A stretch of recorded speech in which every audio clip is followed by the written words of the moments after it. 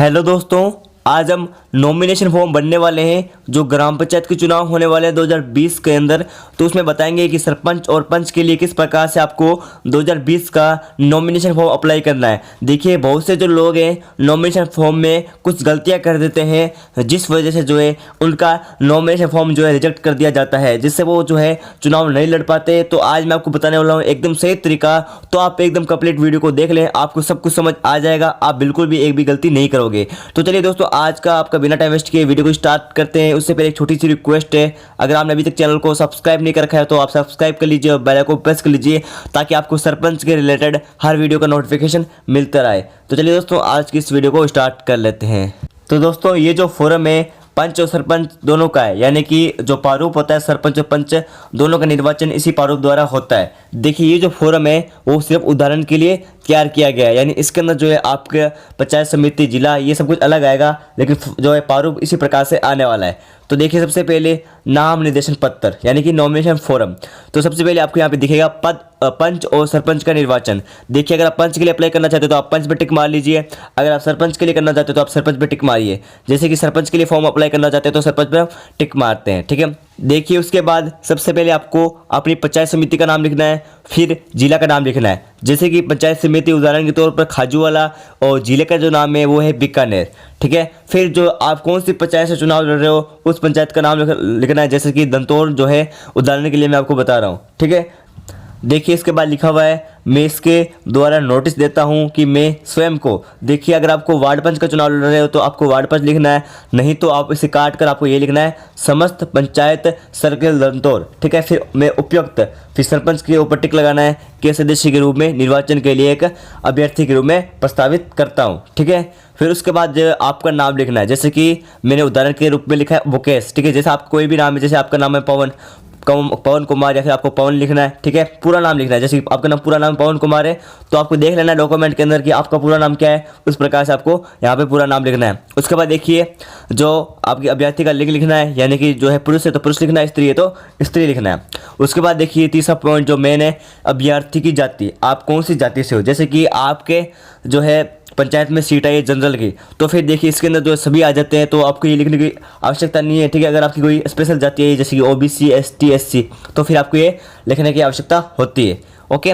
और उसके बाद देखिए 4 नंबर पॉइंट, पंचायत का नाम और संबंधित वार्ड संख्या दर्शाते हुए मतदाता की क्रम संख्या। तो देखिए, इसके अंदर आपको सबसे पहले पंचायत सर्किल दंतौर वार्ड संख्या, जो आपकी वार्ड संख्या वो आपको सबसे पहले लिखनी है। उसके बाद जो है आपकी क्रम संख्या लिखनी है, ठीक है, क्योंकि आप कौन से वार्ड संख्या पर आते हो। जैसे यहाँ पे लिखा हुआ 110, ओके। और उसके बाद देखिए, फिर आपके जो है अपने पिता का नाम लिखना है, ठीक है। तो पिता का नाम जैसे मैंने यहाँ पे लिख रखा है, अगर आप जो है स्त्री हो तो आपको अपने पति का नाम लिखना है, ठीक है। ये आप ध्यान रखें। और देखिए, ये 5 पॉइंट हमारे हो चुके हैं। और उसके बाद देखिए, ये आगे लिखा हुआ है मैं ये और घोषित करता हूँ कि, ठीक है। ये जो है 4 जो नियम है आप पढ़ लेना, ठीक है। उसके बाद जो है आपको तारीख लिखनी है, जो तारीख है वो आपको लिखनी है। फिर स्थान का नाम आपको यहाँ लिखना है कि आप कौन से स्थान से हो, ठीक है। और यह 4 आप नोट भी देख सकते हो, ये 4 नोट आपको, जैसे कि इसके अंदर लिखा हुआ है प्रतिभूति निक्षेप जमा रसीद 500 रुपये संलग्न है, यानी आपको जो है 500 रुपये की जो रसीद है वो आपको इसके अंदर सम्मिलित करनी है। फिर इसके अंदर लिखा है शैक्षणिक योग्यता प्रमाण पत्र, आपको इसके साथ में जो है शैक्षणिक योग्यता, जैसे आप कौन सी शैक्षणिक योग्यता लगा सकते हो, 5वीं पास, 8वीं पास, ठीक है। उसके अंदर आपको मेन तौर पर जो है आपकी डेट ऑफ बर्थ देखी जाती है। उसके बाद देखिए, शौचालय बाबत अंडरटेकिंग आपको यहाँ पे सम्मिलित करना है। फिर आपको यहाँ पे अध्यय प्रमाण पत्र आपको इसके अंदर सम्मिलित करना है। ये 4 होने के बाद जो है, ये 4 डॉक्यूमेंट होने के बाद आपको यहाँ पे जो है साइन करना है, ठीक है। जो आपका साइन है वो सिग्नेचर या फिर आप अंगूठा लगाते हो तो आपको यहाँ पे करना है, ठीक है। उसके बाद देखिए, ये जो है ये रसीद है, ठीक है। ये रसीद जो है मैं आपको बता दूंगा। देखिए, जैसे मैं आपको दिखा देता हूँ, ये रही नॉमिनेशन पत्र की रसीद, ये भी मैं आपको बताऊंगा, ये वीडियो के अंत में आपको सब कुछ बता दूंगा, ठीक है। ये आपको यहाँ पे ये इंपोर्टेड रसीद होती है, ठीक है, जो आपको वहाँ मिल जाएगी, ओके। ये आपको टेंशन लेने की कोई आवश्यकता नहीं है। उसके बाद देखिए, ये जो है शव घोषणा, जो आप घोषणा करते हो, तो ये जो है उपबंध 1 है, ठीक है। जिसके अंदर देखिए, सबसे पहले देखिए, अगर आप नगर पालिका चुनाव नहीं लड़ रहे हो तो आपको यहाँ पे कट करना है। फिर वार्ड संख्या से कट करना है। देखिए, आप सरपंच से लड़ रहे हो तो आपको सबसे पहले जो है ग्राम पंचायत का नाम लिखना है, जैसे कि ग्राम पंचायत का नाम लिख दिया, ठीक है। उसके बाद जो है सबसे पहले आगे देखिए वार्ड संख्या फिर आ गई, तो आप वार्ड पंच का चुनाव नहीं लड़ रहे हो तो इसलिए कट करना है। फिर उसके अंदर लिखा हुआ है कि पद निर्वाचन के लिए रिटर्निंग ऑफिसर के समक्ष अभ्यर्थी द्वारा नॉमिनेशन पत्र के साथ ही जाने वाली सब घोषणा। इतना करने के बाद देखिए, फिर जो है फिर आपको देखिए अपना खुद का नाम लिखना है, पुत्र, किसके पुत्र हो आप, तो इसके अंदर आपके पिता का नाम लिखना है, ठीक है। उसके बाद जो है आपको उम्र लिखनी है, क्या आपकी उम्र कितनी है। उसके बाद जो है आप किसके निवासी हो, जैसे यहाँ ग्राम पंचायत ग्राम दंतौर, ठीक है, आपको यहाँ पे लिखनी है। ओके, फिर देखिए उपयुक्त निर्वाचन में अभ्यर्थी इसके द्वारा सत्यनिष्ठा के मैं निम्नलिखित कथन करता हूँ, ठीक है। ये कथन है, आप पढ़ सकते हो, ठीक है इसे। तो देखिए इसके अंदर कथन के अंदर मैं आपको बता दूँ मेन तौर पर क्या है। देखिए अगर आपका जो है किसी न्यायालय में जो है आपका मामला दर्ज हुआ हुआ है तो आपको यहाँ पे लिखना है, अगर नहीं दर्ज हुआ तो आपको लिखना है लागू नहीं, यानी कि नील, ठीक है। ये चारों इसी वाद विवाद के हैं तो आप इसे पढ़ सकते हो, ठीक है। अगर आप लागू नहीं है तो आप सीधा लिखिए लागू नहीं, ठीक है। अगर लागू है तो आपको यहाँ पे लिखना पड़ेगा क्या आपका विरुद्ध जो है मामला है, ठीक है। उसके बाद देखिए इस प्रकार से जो है क्रम संख्या कृषि भूमियों के उसके स्वामी के नाम, यानी कि आपके जो है कृषि कितनी है, ठीक है। जैसे कि 25 बीघा, 50 बीघा, 60 बीघा, कितनी आपकी कृषि है। जैसे कृषि नहीं है तो आपको यहाँ पे नहीं पर टिक करना है। उसके बाद देखिए नगरीय भूमियों के उसके स्वामी के नाम, उसके अवस्थिति, यानी कि आपका कितना मकान है, ठीक है। आपका मकान कहाँ पर है ये लिखना है। जैसे कि एक साधारण मकान जो है ईंट पट्टी के निर्माण द्वारा बनाया गया है ग्राम पंचायत दंतौर में, ठीक है। 900 वर्ग फीट का जो है ये है, जिसके अंदर जो है 500 वर्ग फीट मकान की कीमत जो है 1 लाख रुपए है। आपको जो है वर्तमान में चल रही कीमत का भी आपको इसके अंदर पूरा उल्लेख करना है, ठीक है। ये हो गया पॉइंट। उसके बाद देखिए भवनों की उनकी अवस्थिति, पिलगंत क्षेत्र, मूल्य, स्वामी के नाम और अभ्यर्थी से संबंध सहित ब्यौरे दे।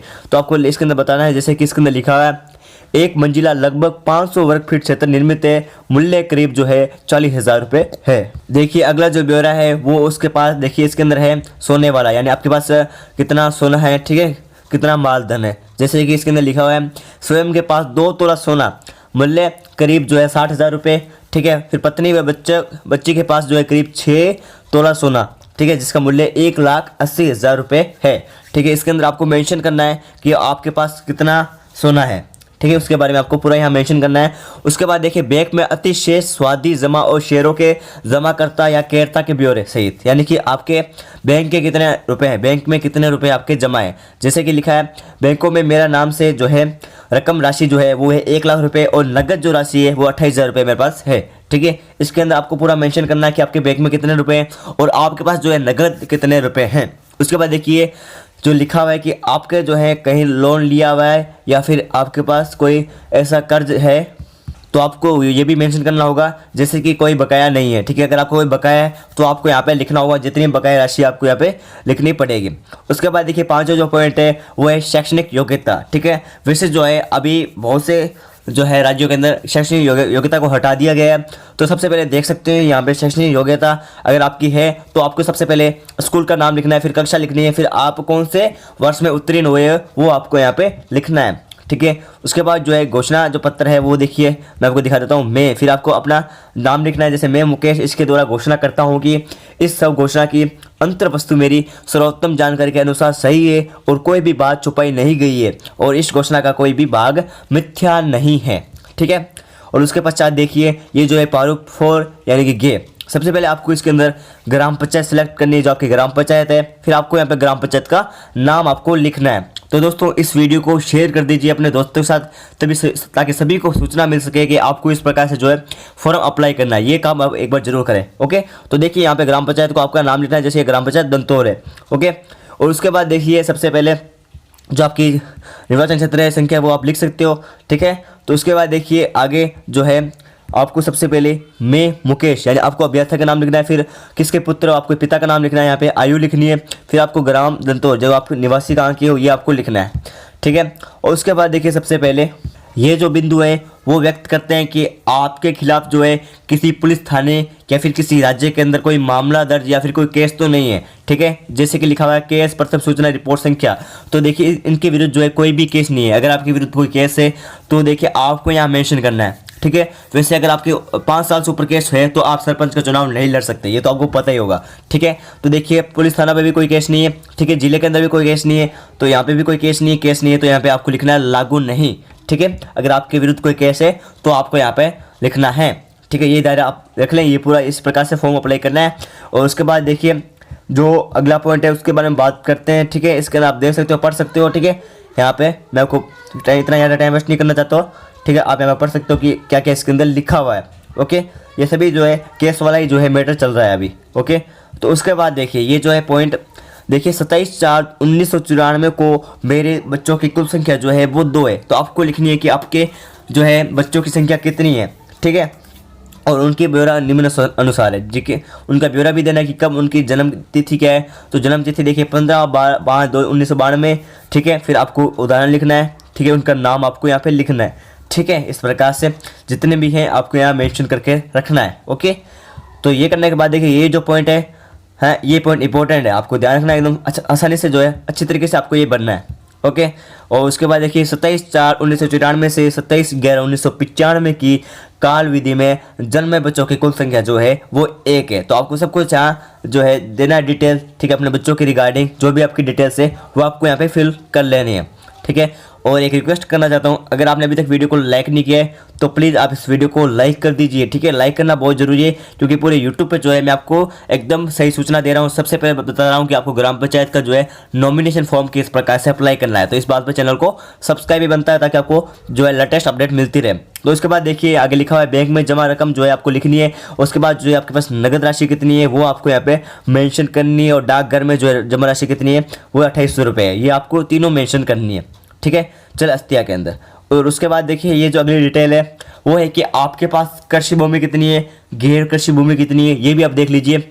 जैसे खुद के पास जो है कृषि वो नहीं है, पति पत्नी के पास भी नहीं है। उसके बाद देखिए जो आपके आश्रित हैं उनके पास भी जो है कोई भी कृषि भूमि नहीं है। अगर आपके पास है तो आपको यहाँ पे लिखनी होगी, ये आप ध्यान रख लें। फिर उसके बाद गैर कृषि भूमि ये भी नहीं है, ठीक है। उसके बाद देखिए भवन, वाणिज्य और आवासीय ये आपको लिखना है। जैसे कि यहाँ पे लिखा हुआ है ग्राम पंचायत दंतोर मकान संख्या आपको लिखनी है, ठीक है। और आपको बताने कि उसमें वर्तमान बाजार का मूल्य कितना है। तो 1 लाख रुपए का आपका मकान है, फिर 10 लाख का है, फिर 5 लाख का है, वो आपको यहाँ अप्लाई करना होगा, ठीक है। फिर आपके पास पत्नी के पास या फिर आश्रित जो है उनके पास है या फिर नहीं, ये भी आपको सब कुछ मेंशन करना होगा इसके अंदर।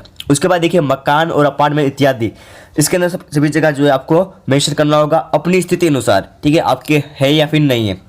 उसके बाद देखिए स्थान लिखना होगा, जो आपके स्थान है, जो आपकी ग्राम पंचायत है वो आपको लिखना होगा।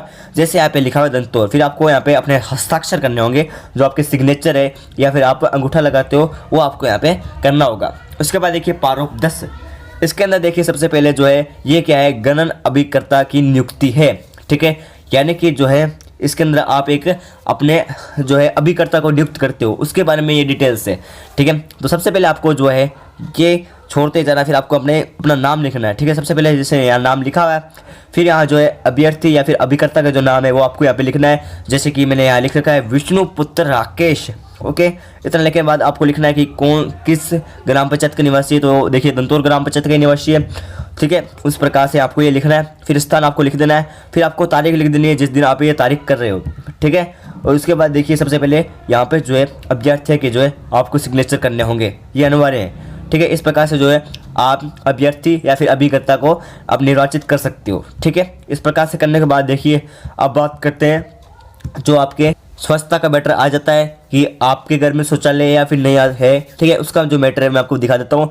सबसे पहले वही प्रोसेस है, सबसे पहले अपना नाम लिखना है, फिर आपके पिता का नाम लिखना है, फिर आपको ग्राम पंचायत का नाम लिखना है, ठीक है। इतना लिखने के बाद देखिए आगे लिखा हुआ है मेरे घर में कार्यशील शौचालय है जो 3 दीवारों, 1 दरवाजा और छत से घिरा हुआ है। इसमें जल बंद यानी कि वाटर से शौचालय प्रणाली या व्यवस्था है, ठीक है। ये आपको जो है मेंशन करना है। उसके बाद देखिए मेरे परिवार का कोई भी सदस्य यानी पति पत्नी बच्चे और साथ रहने वाले निवासी, ठीक है, वो जो है खुले में शौच नहीं करते, ये आपको दोनों बातें लिखनी है, ठीक है। ये आप ध्यान रखना, बहुत इंपॉर्टेंट जो है टॉपिक है। बहुत से लोगों के जो है इस वजह से जो है नामांकन यानी नॉमिनेशन फॉर्म जो है कट भी जाते हैं, ठीक है। इसके बाद आपको दिनांक लिखनी है, फिर आपको जो है हस्ताक्षर लिखने हैं, ठीक है। जो आपके हस्ताक्षर है सिग्नेचर वो आपको यहाँ पे करने। जाइए डाउट नेट के व्हाट्सएप नंबर 8400 पर और पूछिए मैथ, फिजिक्स, केमिस्ट्री के किसी भी क्वेश्चन का डाउट। तुरंत ही उस डाउट का आंसर आपको वीडियो सॉल्यूशन के साथ मिलेगा। और उसके बाद देखिए बात करते हैं, इतना करने के बाद आपको उसके बाद देखिए ये जो है प्रतिभूमि निक्षेप की रसीद है। जैसे मैंने आपको वीडियो के अंदर बताया था पहले ही कि मैं आपको लास्ट में रसीद बताऊंगा किस प्रकार से रसीद होती है। तो रसीद कुछ इस प्रकार से होती है जैसे आप देख पा रहे हो, ठीक है, ये इंपॉर्टेंट रसीद है, ये आपके पास रखनी बहुत ज़रूरी है। अगर आपके पास ये नहीं है तो आपका नॉमिनेशन जो है फॉर्म खारिज कर दिया जाएगा। तो ये बहुत इंपॉर्टेंट है। सबसे पहले आपको अपना नाम, यहाँ पे जो है आपको रुपये लिखने हैं, ठीक है, फिर आपको हिंदी में लिखने हैं कितने रुपए हैं, फिर आपको स्थान लिखना है, फिर दिनांक लिखनी है, फिर जो रिटर्निंग जो अधिकारी है दंतोर पंचायत सर्किल, ये आपको लिखना है। ठीक है, ये जो रसीद है बहुत इंपॉर्टेंट है, फिर से मैं आपको बता रहा हूँ। ठीक है, ये आपको पास रखनी बहुत जरूरी है। ठीक है, इतना करने के बाद ये जो है इस प्रकार से आपको नॉमिनेशन फॉर्म अप्लाई करना है। ठीक है, अगर आपको नॉमिनेशन फॉर्म अप्लाई डाउनलोड करना है, किस प्रकार से आपको डाउनलोड करना है, तो पीडीएफ आपको जो है rjstudymasala.in में मिल जाएगी। तो इस वेबसाइट को विजिट कर लें, आपको पूरी मिल जाएगी किस प्रकार से आपको पीडीएफ डाउनलोड करनी है, वहाँ आपको सारी पीडीएफ मिल जाएगी। अब बात करते हैं नाम वापसी की सूचना। सरपंच पद के लिए आपको अपना नाम वापस किस प्रकार से लेना है, तो सबसे पहले देखिए रिटर्निंग ऑफिस सेवा में एप्लीकेशन लिखनी है, पंचायत सर्किल दंतौर लिखना है, फिर आगे लिखना है मैं सरपंच पद के लिए अपना नाम वापस लेना चाहता हूँ, फिर आपको दिनांक लिखनी है, फिर आपको अपने हस्ताक्षर लिखने हैं, फिर जो है आपको उम्मीदवार का नाम लिखना है, फिर आपको ग्राम पंचायत का नाम लिखना है, फिर जो है आपको इस प्रकार से टाइम लिखना है। टाइम लिखने के बाद देखिए दिनांक लिखना है, दिनांक लिखने के बाद जो है यहाँ पे रिटर्निंग ऑफिसर का जो साइन यहाँ पे आ जाएगा। ठीक है, तो देखिए सबसे पहले ये जो फॉर्म है ये सिर्फ जो है उदाहरण के लिए आपको बताया गया कि किस प्रकार से फॉर्म को अप्लाई करना है।